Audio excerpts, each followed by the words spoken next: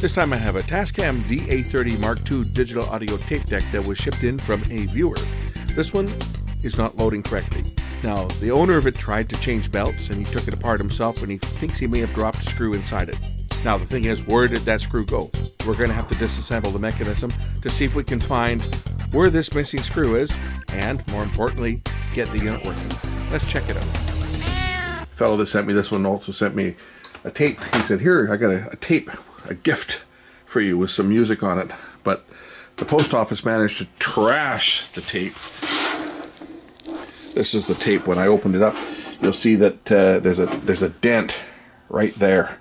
I think probably what happened on this is it was under the unit, and it was probably sitting on it something like this when it was packaged, and maybe the unit got dropped or tossed around in shipment. But the tape that was shipped in with it, this was a gift to me with music on it. But as you can see, I'm going to have a real hard time playing this until I repair the tape, because the tape in the box was trashed. They broke the lid.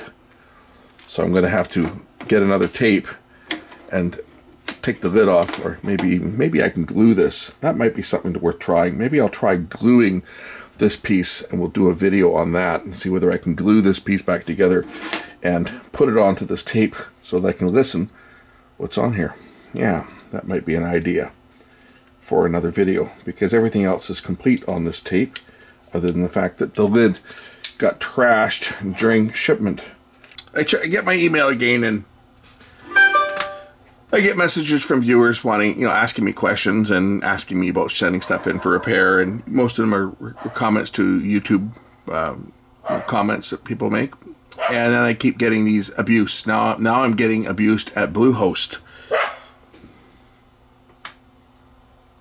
Now, of course, we all know who's doing this. It's Johnny Shithead Send Check that's doing this. He's now found somebody else to start complaining through, because Google won't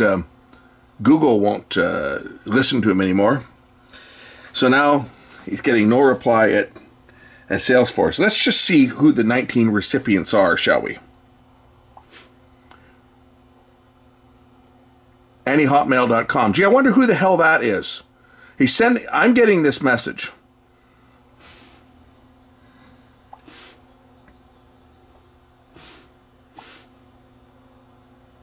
See, I get 3 of these messages.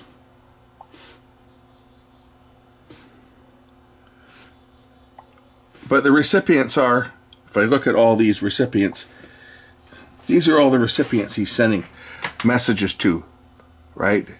They're going to my inbox, and they're also going to all these people. That's his. He's going to make a complaint that I'm revealing his email address, and they'll probably make me block this. But anyway, he's sending all these messages out.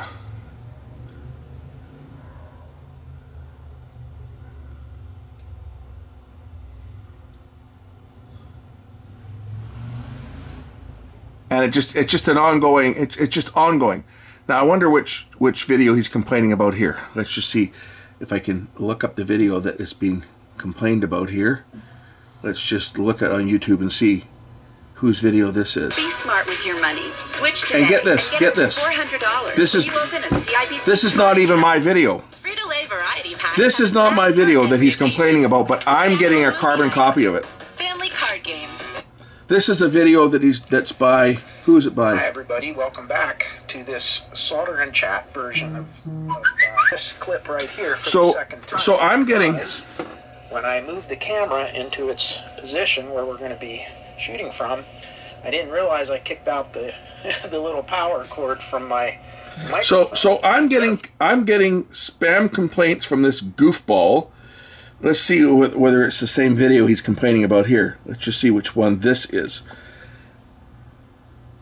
I think is it the same video, or is it a different video? Well, hi everybody, welcome back to this solder and chat version of yeah, it looks like it's the same. He's made 3 complaints to the same video. So he's not even complaining about my video now. He's complaining about somebody else's video. Yet I'm getting notifications. I'm getting notifications from this goofball on my inbox, and he's complaining about somebody else's video. You want to talk about spam, John? You know, you're the one spamming me. Yeah, piece of crap. You're the one spamming me. Jerk. Okay, the screws are up. Top lifts off. When I was turning it over, I heard something that sounded like something was and it was loose. I heard something rattling, so first thing we'll do is we'll inspect and see whether there's anything that has come loose. Any screws or anything that have come loose in here, because something was definitely rattling around inside when I turned it on its side. First things first, let's just see what fell out of it or what was rattling around inside. Because I definitely heard something in here.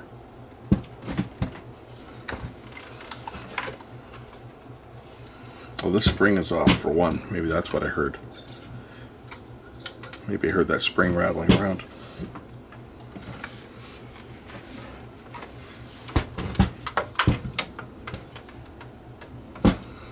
Oh yeah, I bet it was a spring. Okay. I guess the first thing I need to do on this is inspect it, because this one has been into, as we can see. There's plugs that are undone. There's one plug here that's undone. Looks like that one plugs in there. And according to the fellow that sent it to me, he said a screw may have dropped inside the mechanism. So I guess I want to take this one apart and see. There's another plug that's not plugged in right here. Maybe we'll plug those in and see whether it works. But we'll try this and see whether it works.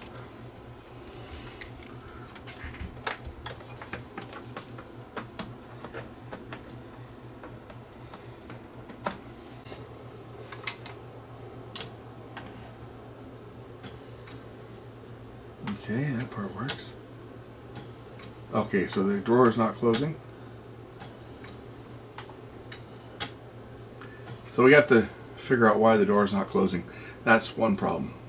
There may be others, but for starters, as you can see, when I close the door, it doesn't load. It doesn't drop the mechanism down.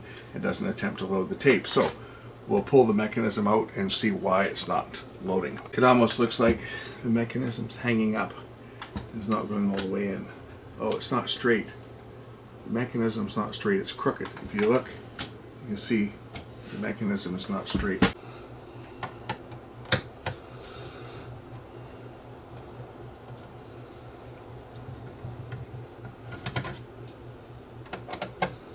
Alright, mechanism should lift out now.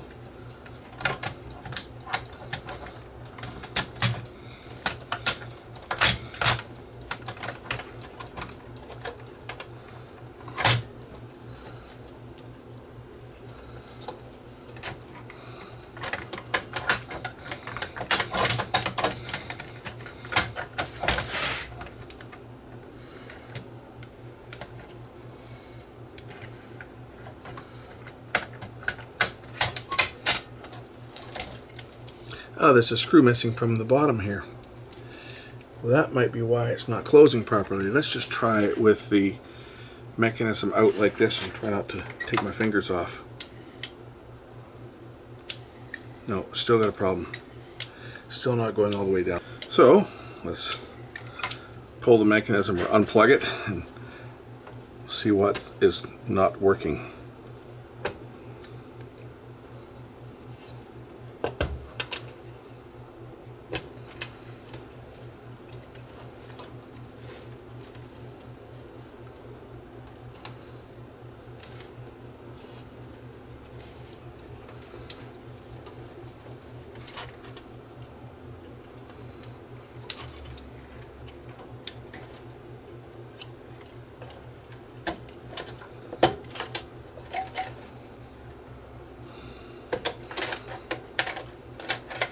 Enough plugs on this.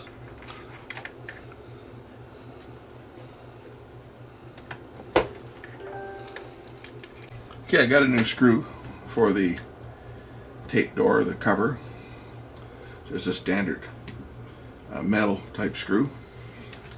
Let's see why the mechanism is not going in all the way. Seems to be perhaps a mechanical error in the timing of the mechanism. When it goes in, then the second motor should come on and it should lower down the mechanism, which it doesn't because I don't think it's all the way in. I think there's a timing problem here.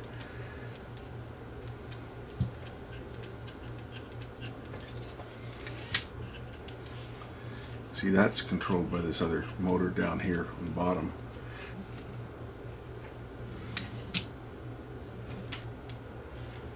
Take off this gear.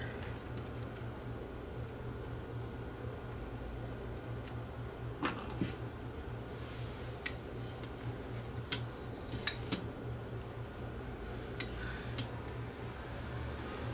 this is not going all the way back.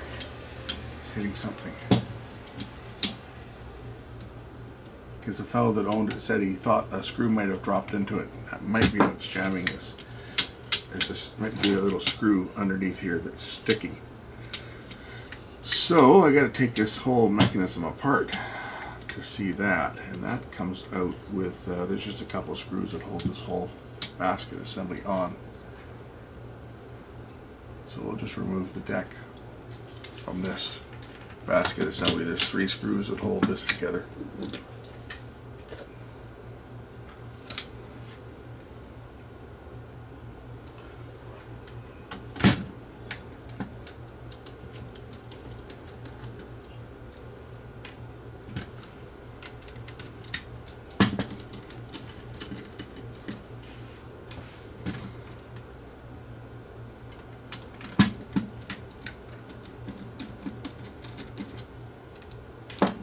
There's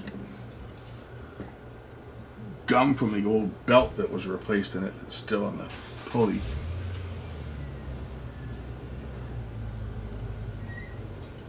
The fellow that owns it put a new belt in it, but he didn't clean off the old crap from the old belt. I think that's what he was doing, was replacing the belt on it when he took it apart. And then something got buggered up when he was putting it back together. Because this is definitely jamming. It's not going all the way in.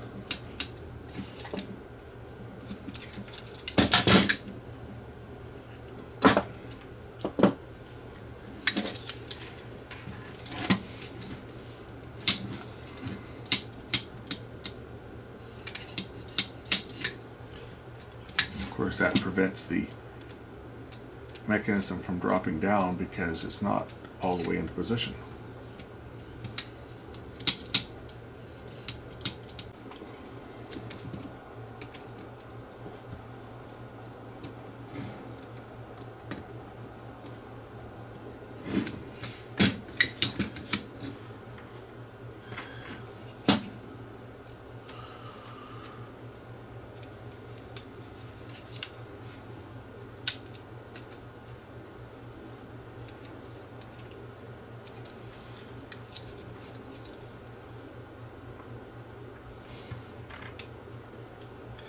Now this outer mechanism here is not going in far enough. It's stopping just short of going in all the way. Something is sticking it.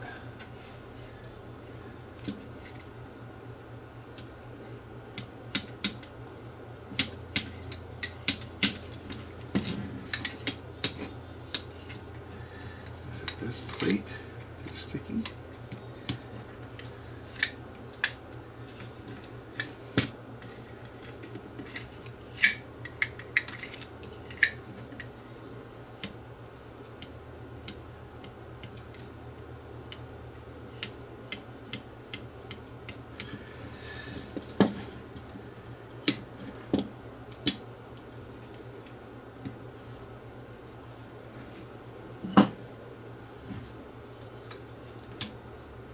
Looking to see if there's a screw that's stuck somewhere where it's not supposed to be. But I don't see anything that's blocking it.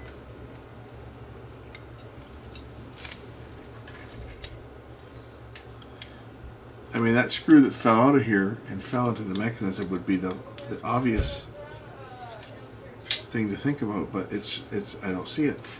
And it's not going far enough back because you see this is the lever that has to go in, and it's got to go at least another 1/16 of an inch in. This should be like completely flush with the back here, and it's not. It's stopping short.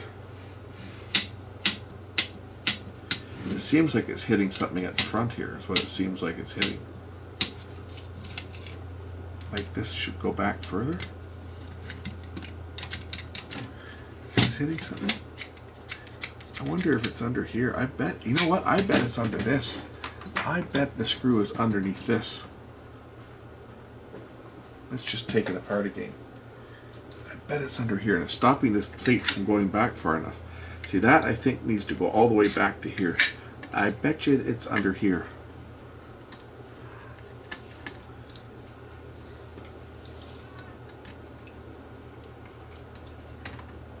Let's remove the nose cone.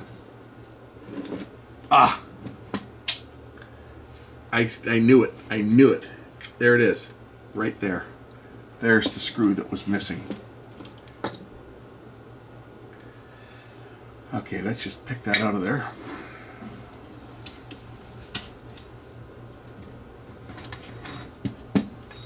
Where'd it go? I just jostled it loose and now it's somewhere else. There it is, right there. Let's see if I can get it out of here.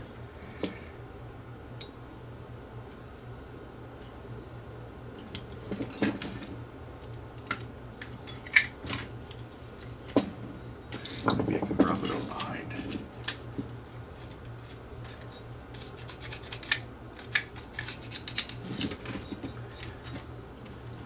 You guys can see it, right? There's a screw sticking out right there. I wonder what the easiest way to get this out would be probably to take this plate apart on top here. At least loosen it off so that there's enough clearance that I can get the screw out like that. Okay. Now let's put the front nose piece back on using the proper 2 screws.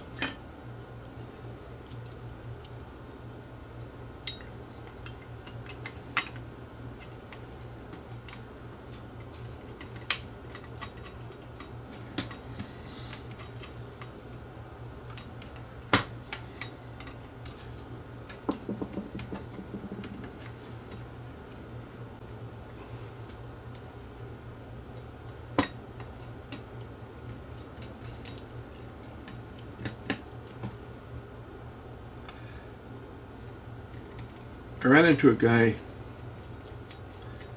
the other day. He was a long-time customer that brought me some stuff, and he I haven't seen him for I guess a couple of years now. I think since before the pandemic. And anyway,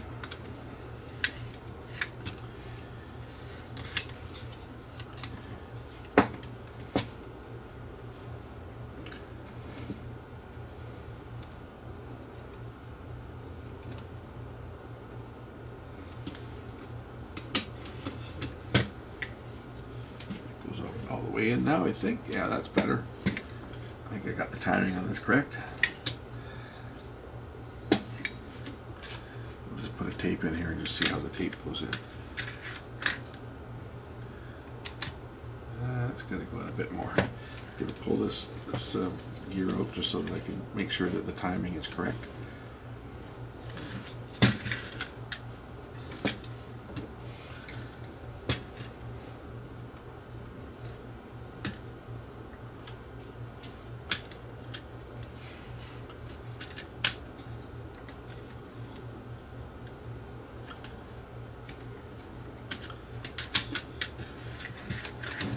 Making sure that this is lining up with the holes in the bottom here, right? It is adjustable once it's in place. I just want to get my timing close. I can put the cut washer back on.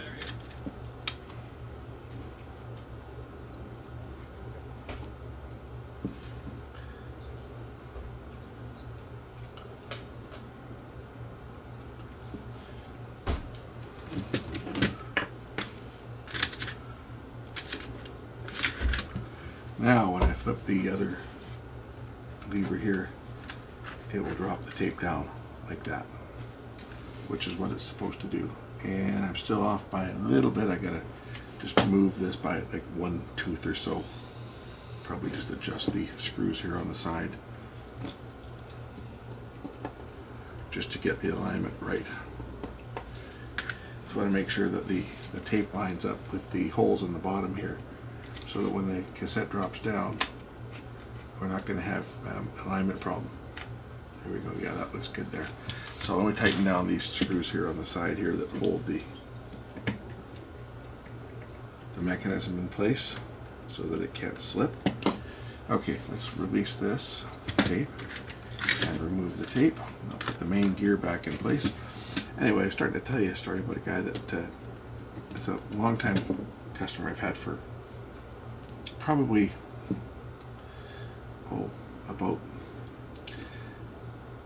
probably 15 years. He's been coming to see me. And I hadn't seen him for a while. And this is a story about traveling to get medical procedures done and why maybe it's not such a good idea to go for the cheapest price. I've told you guys before I had LASIK done on my eyes 13 years ago, I guess now. And anyway, one of my longtime customers, he noticed that I wasn't wearing glasses or contacts. So he asked me, and I said, well, I had LASIK done.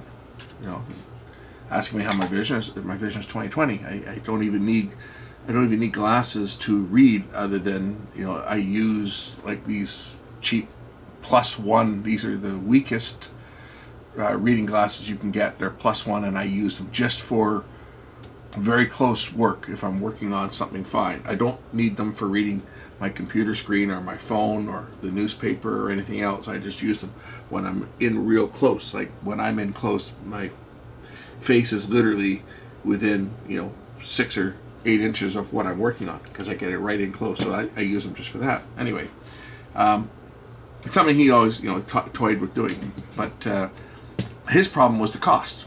You know, he had a real problem with what the cost was. And anyway, he spends a lot of his time down in Mexico. He's got a place down in Mexico, and he spends his winters down there. And he was down in Mexico when the pandemic hit, and he got stuck. He couldn't come home. He was stuck down there for months because the borders were closed. Anyway, I just ran into the guy, and he told me he had it done, and his experience wasn't very good. I said, oh, what's the problem? Well, he starts actually asking me. He says, like, do you get halos around lights and stuff at night? I said, no, I don't. Why? He says, well, he gets terrible halos. Well, I said, I don't.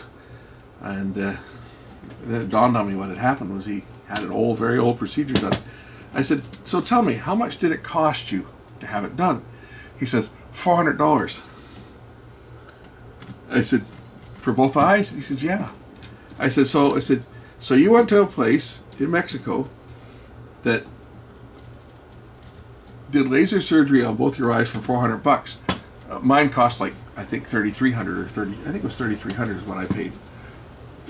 I said, well, you know the saying, you get what you pay for, right? I said, you know, it's okay to be cheap on some things, but I think if you're getting laser surgery done on your eyes, that is one thing that you shouldn't be cheap. It's like, I tell you, some people, I tell you, it's, anyway, I thought I'd share that with you guys. And if you're thinking of getting laser surgery, don't go for the cheapest price. Try to find yourself the best surgeon, preferably somebody who's been doing it for a long time. Okay, that part is done. Let's put this thing back together and see if it works. Just make sure I'm all the way in here. Get this all the way in, and then it will lower down. Ah, excellent, excellent. Okay, let me get the chassis back into the unit, and we will test it. And fingers crossed, that's all that's wrong with this.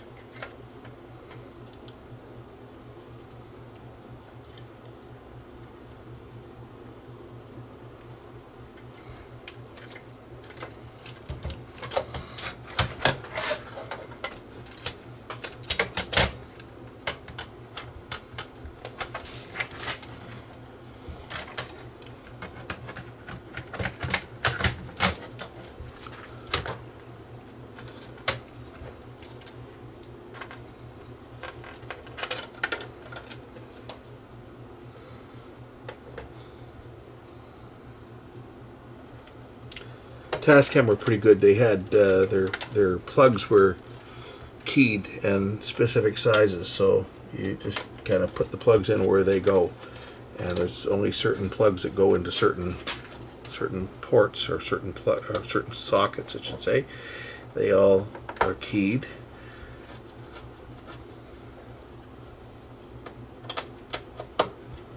So it's usually pretty easy to figure out what goes where. That's a 4-pin. That one should go down here. There's a 5 that goes next to it. We can get the wires out of the way.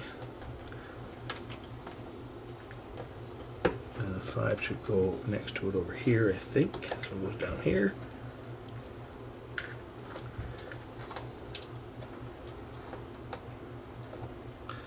And what else is there? There's a couple more that go in over here. That one goes there, and that one goes over here. I think I've got them all. I'll put a couple screws in the back here to hold the mechanism in place.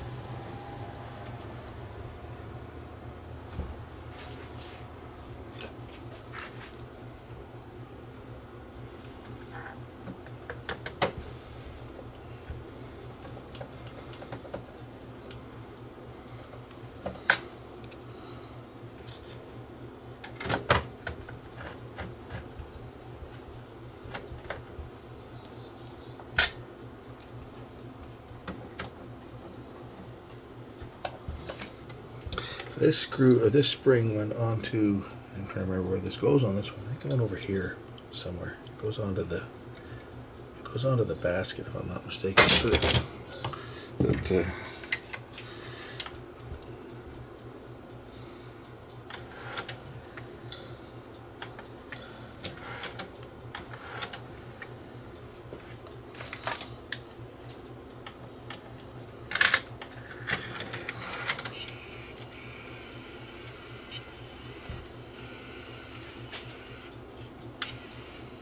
So at play.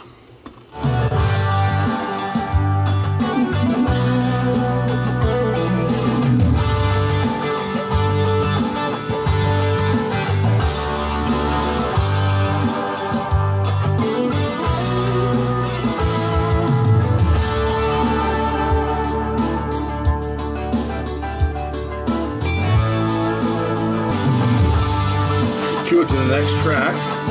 Skip.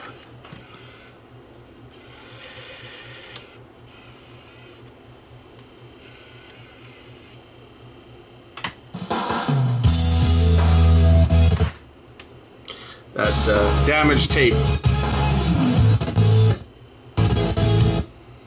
Yeah, we'll just try a different tape. That tape has got some, that tape got chewed up. See, it says chewed. We'll try another tape. Now that I know that it's not eating, I'll put a different tape in and we'll try that. Of course, I have to use Music Bakery. I'm going to play it on here.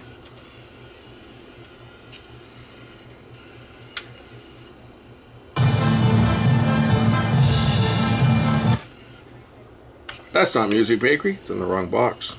That one should be okay.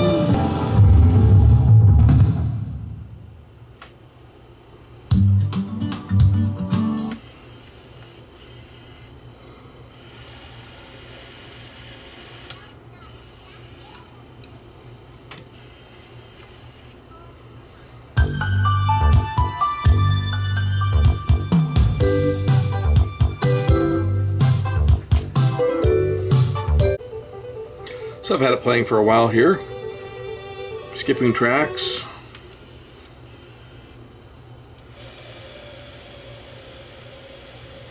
Going back and forth, and it's queuing up and playing perfectly.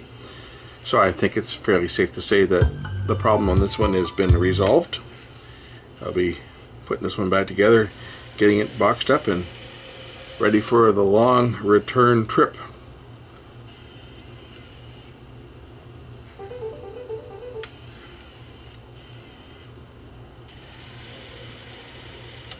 I believe the mechanism on this one is the same mechanism that's on the DA40. Looks to be the same. Actually, it looks identical almost to the DA40. Let me grab my DA40. Comparison. Oh, the DA40's got a few more buttons on it. Yeah. DA40's got a few more buttons in the control section over here. But they are very similar. DA40's got a different display. It's got an alphanumeric display, so you can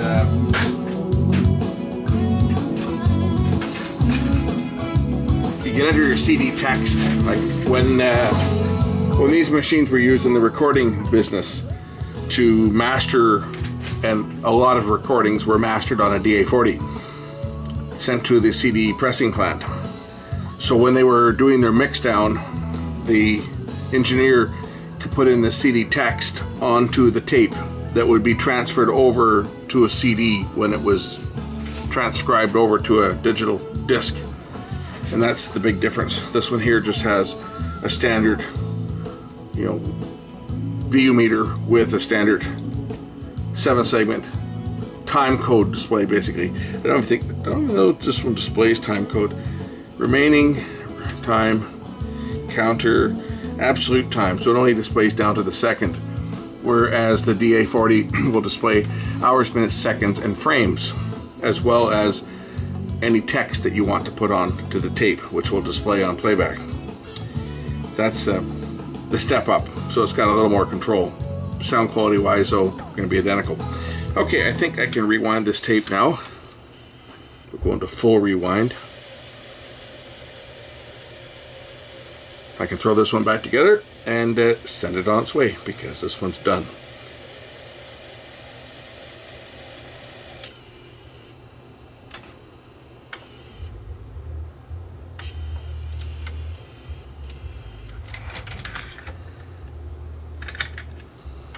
There we go. Good as new.